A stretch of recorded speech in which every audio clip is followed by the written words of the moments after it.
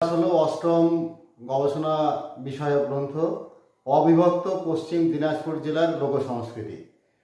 বইটির নাম অবিভক্ত পশ্চিম দিনাজপুর জেলার লোকসংস্কৃতি, কিন্তু বইটির মধ্যে উত্তর এবং দক্ষিণ দিনাজপুর জেলার লোকসংস্কৃতির বিভিন্ন আঙ্গিকের পরিচয় রয়েছে। আমি 2 দশকের ওপর গ্রাম থেকে গ্রামান্তরে ঘুরেছি।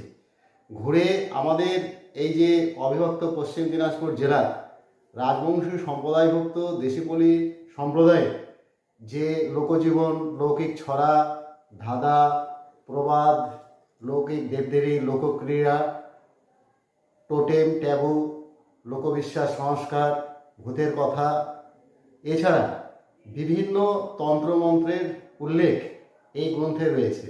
এছাড়া পরিশিষ্ট অংশে বিভিন্ন লোকগান, লোকনাটকেরও পরিচয় দেয়া আছে এবং আলোকচিত্রমালাও দেয়া আছে। লোকসংস্কৃতির ক্ষেত্র সমীক্ষা ভিত্তিক লোকসংস্কৃতির এই বিষয়গুলো কাজ করতে গিয়ে আমার যেটা মনে হয়েছে যে ভূতের মন্ত্র সংগ্রহ করা খুব কঠিন। অনেক কষ্ট করে 2 দশকের উপর গ্রাম থেকে গ্রামান্তরে ঘুরে ঘুরে আমি এই মাসান অর্থাৎ ভূতের মন্ত্রগুলো সংগ্রহ করেছি। মন্ত্রগুলোর মধ্য দিয়ে আমি দেখেছি যে এর মধ্যে যে ভাষাগত পরিচয়গুলো রয়েছে তাতে সমাজতাত্ত্বিক এবং নৃতাত্ত্বিক দিক থেকে এটা একটা কিন্তু খুব গুরুত্বপূর্ণ দিক রয়েছে। এছাড়া এই বইটির মধ্যে প্রাচীন বেশ কিছু লোকসঙ্গীতের কথা আছে, যে লোকসঙ্গীতটা একমাত্র আমাদের এই অবিভক্ত পশ্চিম দিনাজপুর জেলাতেই কিন্তু প্রচলিত। যেমন সেই লোকসঙ্গীতটির নাম হচ্ছে হুমাতা, ভালুক নাচা। এইভাবে আমি দেখেছি।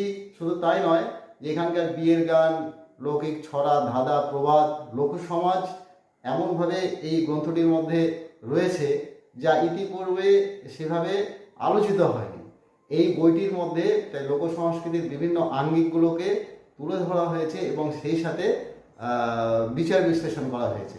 তাই এই বইটি যদি অধ্যয়ন করে দেখা যায়, আমার যা মনে হচ্ছে তাহলে ছাত্রছাত্রী, গবেষক, অধ্যাপক প্রত্যেকেরই কাজে লাগবে বলে আমার দৃঢ় বিশ্বাস।